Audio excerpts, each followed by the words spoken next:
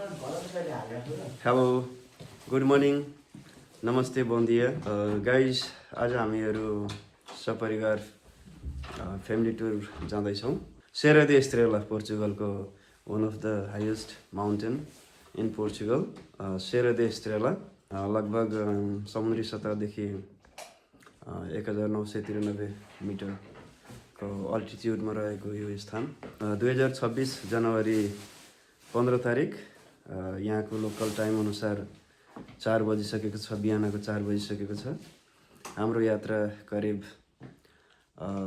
लगभग 600 किलोमिटर जति हुन जानेछ 600 किलोमिटर 6.5 देखि 7 घण्टाको ट्राभलिङ हुनेछ पोर्चुगलका विभिन्न मुख्य सहरहरू हुँदै हामी सेरा दी एस्ट्रेला पुग्ने योजना बनाएका छौँ उनी मेरो श्रीमती मेरो छोरा हामी चाहिँ जाँदैछौँ भिजिटिङको लागि pray for our safe and happy journey भर्खरै हामी इबोरा सिटीमा आइपुगेका छौँ यहाँ गाडीमा डिजल पेट्रोल हालिसकेपछि अनि हल्का टोयलेट बाथरुम गरेर फ्रेस भइसकेपछि अब हाम्रो यात्रा फेरि अगाडि बढ्नेछ अहिले हाम्रो टिममा 2 जना साथीहरू जोडिनु भएको छ एकजना मेरो साला मिस्टर सरोज हेलो सरोज मेरो साला मिस्टर सरोज अनि अर्को एकजना मेरो दाइ पनि जोडिनु भएको छ हाम्रो यात्रामा हाम्रो दाइ जोडिनु भएको छ यात्रामा मेरो दाइ सन्दीप दाइ हाम्रो सेरा दी एस्ट्रेलासम्मको यात्रा हो त्यतिखेर हामी बाटोमै छौँ जाने क्रममा यहाँ ड्याम सायद यो हाइड्रो पावरको लागि भनेर ड्याम बनाइएको जस्तो लाग्यो ड्याम साइड यो पानीलाई रिजर्भायर गरेर राखिएको ठाउँ रहेछ सायद यो मेरो अहिलेसम्मको पोर्चुगलको बसाइमा यस्तो किसिमको संरचना पहिलोपटक देखेको कारणले गर्दाखेरि हल्का यसलाई पनि यो भिडियोमा समावेश गरौँ भन्ने हिसाबले पक्कै पनि यो प्राकृतिक पानी हुनुपर्छ समुद्रको नुनिलो पानी नभइकन यो प्राकृतिक जलाशय हुनुपर्छ यो पक्कै पनि सिँचाइ प्रायोजन अथवा हाइड्रो पावर प्रायोजनका साथ बनाइएको हुनुपर्छ त्यसकारण मलाई अलिकति यो इन्ट्रेस्टिङ लाग्यो फाइनली हामी सेरा दी एस्ट्रेलामा आइपुगेका छौँ चुचुरोसम्म पुग्नको लागि अझै पनि केही दूरी तय गर्न पर्ने छ यहाँबाट गाडीको सवारी साधनको इन्ट्री यहाँदेखि बन्द गरिएको रहेछ सायद केही दुर्घटना हुन सक्ने जोखिमको कारणले गर्दा बन्द गरिएको होला अहिले हामी 1904 मिटरको हाइटमा आइपुगेका छौँ यहाँबाट हेर्दाखेरि यहाँको वस्तुस्थिति यहाँको मौसम एकदमै चिसो छ लगभग -2 डिग्री सेन्टिग्रेडसम्मको तापमान मैले महसुस गरेको छु भर्खरै हिमपात भएको थियो हिउँ परेको थियो बोट बिरुवाको उपस्थिति एकदमै न्यून रहेछ सायद बरफको कारणले गर्दा पनि होला सम्भवतः भोलि आजको भन्दा बेसी हिउँ पर्ने सम्भावना देखिएको छ जाडो कतिको जाडो लागिरहेछ त सेमस जीवनमा पहिलोपटक तिमीले हिउँको महसुस गरेकी छौ होइन कस्तो लागिरहेछ तिमीलाई चिसो छ ल अनि मेरो छोरा सेमस 13औं वसन्त पार गरिसकेपछि पहिलोपटक तिमीले हिउँको अनुभूति गर्न पाइरहेको छौ होइन तिमीलाई कस्तो लागिरहेछ कस्तो महसुस भइरहेछ केही भन्न चाहन्छौ एक्साइटेड अनि राम्रो बस यति नै हो ल त्यसपछि म मेरो दाइसँग केही प्रतिक्रिया लिन चाहन्छु दाइ तपाईँलाई कस्तो फिल भइरहेको छ त आज म चाहिँ अब एकदम रमाइलो लागिरहेछ यो पोर्चुगलमा पनि यस्तो हिउँ पर्ने ठाउँ छ भन्ने चाहिँ सुनेको चाहिँ थिएँ थाहा थिएन अब आज चाहिँ आफै आएर हेर्न पाइयो होइन राम्रो हिउँ यति रमाइलो तर चिसो भए पनि एकदमै रमाइलो लागेको छ मलाई चाहिँ फेरि पनि अब टाइम भयो भने सायद अर्को सिजनमा पनि आउन सकिन्छ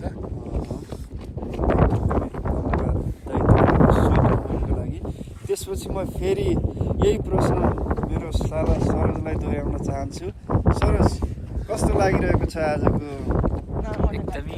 यात्रा प्लस यो स्थानसम्म आइपुग्दाखेरि यहाँको मौसम यहाँको हावापानीसँग हातेमालो गर्दाखेरि तिमीलाई कस्तो किसिमको फिल भएको छ त एकदमै रमाइलो एकदमै हजुरको स्मरणीय पल भइरहेको छ यहाँ आउने बाटो पनि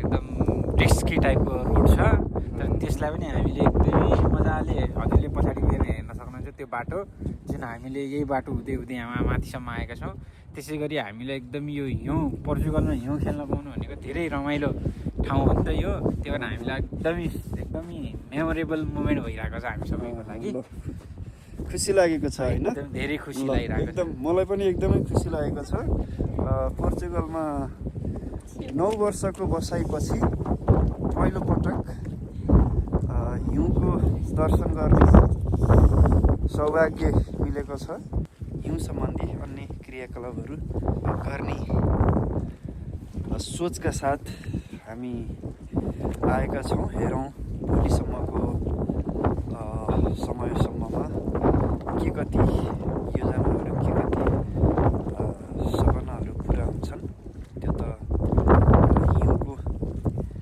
वर्षामा हिमपातमा नै डिपेन्ड हुनेछ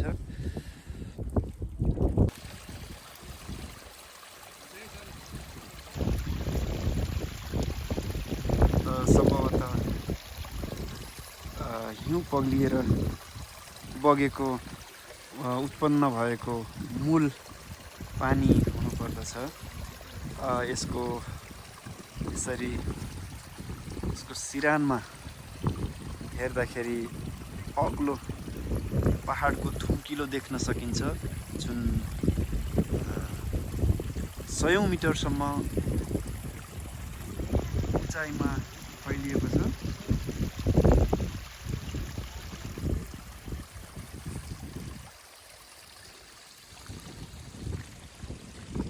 यो प्राकृतिक दृश्य एकदमै सुन्दर छ सम्भवतः घामको उपस्थिति नभएको कारणले गर्दा र बाक्लो बादलको उपस्थितिले गर्दा आजको दिन त्यति स्पष्ट देखिएको छैन धमिलो किसिमको वातावरणीय अवस्थितिको कारणले गर्दा सम्पूर्ण दृश्यहरू स्पष्ट रूपमा देख्न सकिएको छैन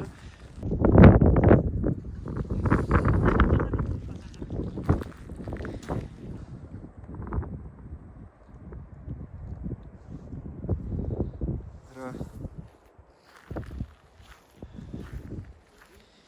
एकपटक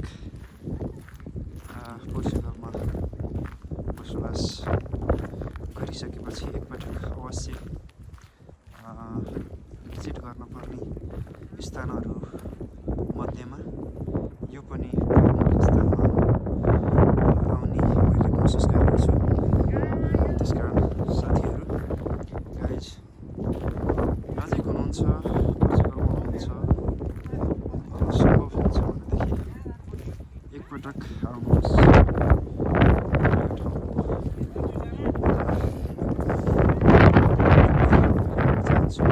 यो पानी नहर यही नहरको माध्यमबाट पानी लगिएको छ तल बेसीसम्मको लागि सायद यो पिउनको लागि हुनुपर्छ, सम्भवतः मूलको पानी अथवा बरफ पग्लिएर उत्पन्न भएको पानी हुनुपर्छ।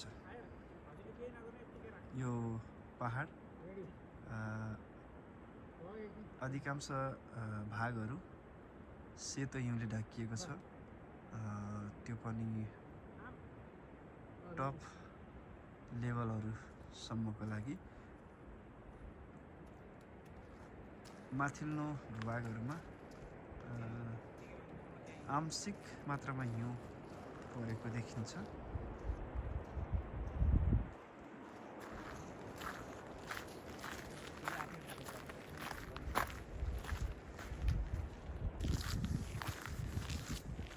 हामीहरू क्रमशः यो पहाड चढ्ने क्रममा छौँ।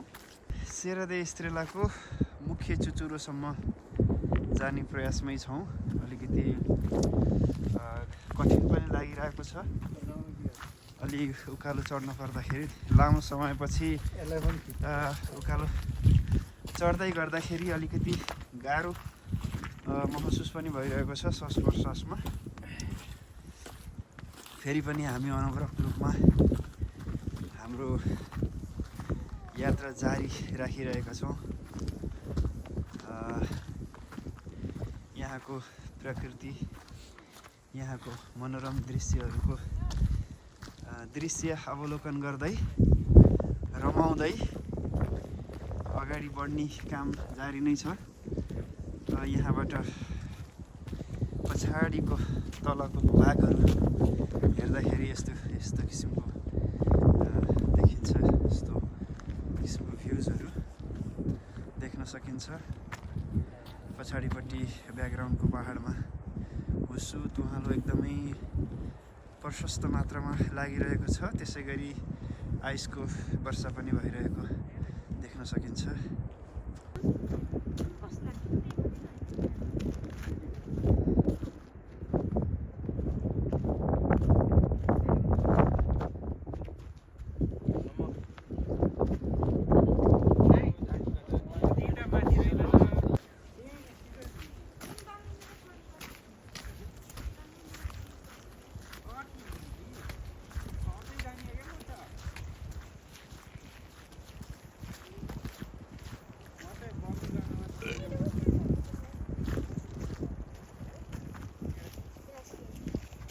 फाइनली हामीले खोजेको जस्तै मौसम माहौल यतिखेर बनिसकेको छ। यहाँ एकदमै व्यापक हिमपात भइरहेको छ, हिउँको वर्षा नै भइरहेको छ है। तपाईँहरूले पनि ब्याकग्राउन्डमा देख्न सक्नुहुन्छ कस्तो हिउँ परिरहेको छ। एकदमै बाटो पनि सेताम्मे नै भइसकेको छ है। लगभग 5 मिनट जति पर्यो होला यो हिउँ, अझै पनि 5 मिनटदेखि परिरहेको छ। एकदमै कन्टिन्युसली अनवरत रूपमा हिउँपात भइरहेको छ र 5 मिनटको यो हिमपातले लगभग बाटोलाई ढपक्कै ढाकिसकेको छ। एकदमै मजा आइरहेको छ। जाडो छ, जाडो त्यति जाडो पनि छैन है। यो हिउँ परिरहेको बेलामा त्यस्तो खासै जाडो चाहिँ हुँदो रहेनछ। हुन त यो मेरो जीवनमा पहिलो अनुभव भने होइन। म रसियामा बस्दाखेरि पनि त्यहाँ थुप्रै यस्ता अनुभवहरू बटुलिसकेको छु, तर पोर्चुगलमा चाहिँ यो पहिलो हो। त्यस कारणले गर्दा पनि लामो समयपछिको यो अनुभव यहाँ साट्न पाउँदाखेरि एकदमै रमाइलो महसुस भइरहेको छ। एकदमै रोडमा खुट्टा चिप्लिन सक्छ। त्यस कारणले गर्दा पनि अलिकति होसियारपूर्वक हिँड्नुपर्ने अवस्था छ है। I hope we will be safe and happy till the visiting of Serra da Estrela. Okay, and these guys are also enjoying.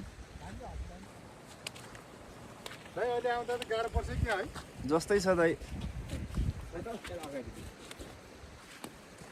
गाडी याद आउँछ नि, गाडीमा अब यहाँबाट फर्किने त होला है।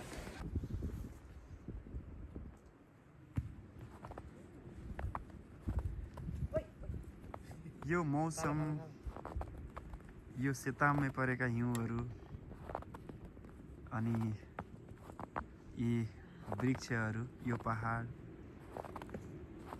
एकदमै सुन्दर अनि मनमोहक प्रकृतिको एउटा अनुपम उदाहरण। एकदमै रमाइलो छ यस्तो मौसम प्रकृति लाई अनुभूति गर्न पाउनु पनि कुनै सौभाग्यभन्दा सानो कुरो होइन, कम होइन। यो सेरा दे एस्ट्रेला पोर्चुगलको मेनल्यान्डको टप लेभल चुचुरो highest peak of the Portugal mainland.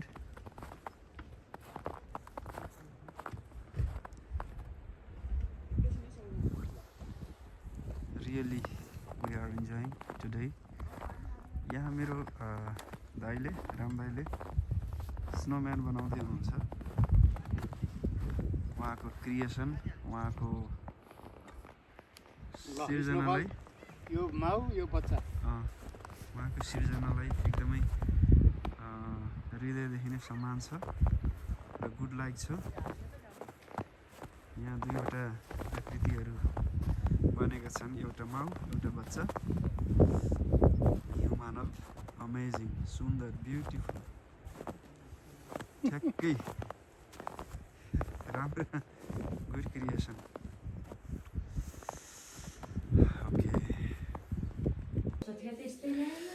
Recently हामी होटलमा आइपुगेका छौँ।